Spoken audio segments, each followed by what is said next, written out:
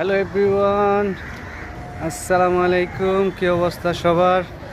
সবাইকে জানাই লাঙ্কা মালাক্কার রাতের শহর থেকে শুভ কামনা, শুভেচ্ছা, অভিনন্দন, ভালোবাসা।